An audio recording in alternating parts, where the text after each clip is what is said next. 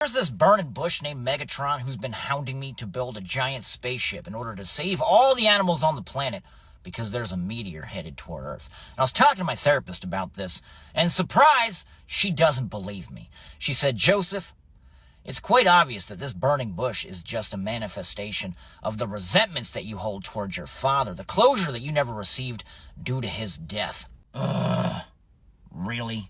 She said, here's what we're going to do, Joseph.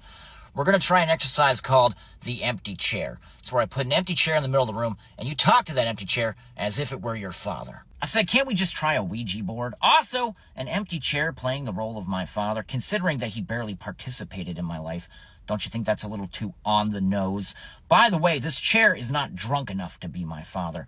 I was imagining someone more like Robert Shaw from Jaws. My therapist said, Joe, just humor me and talk to the chair. So I was looking at this chair, and it did kind of remind me of my father, because it was judging me for not going to school for HVAC, and it thought I was gay. Just then, one of the plants in my therapist's office caught fire. My therapist jumped out of her chair. She said, Jesus Christ. I said, no, that's Megatron. I fucking told you. Megatron was like, Joseph, this has nothing to do with your father. I really need you to get on top of this whole giant spaceship thing. I said, Megatron, this is my therapy session. You can't just come barging in here, man. I'm entitled to my privacy. He said, sorry, dude, I don't mean to be a pest, but there's a sense of urgency here. And then he disappeared in a puff of smoke. My therapist sat in her chair for about 20 minutes crying hysterically, which I refused to pay for, by the way. She charges by the minute, and that's my time. Finally, I said, get your shit together. What are we going to do about this? She wiped the tears from her eyes, and she said, I'm going to call my therapist and then my mother, in that order.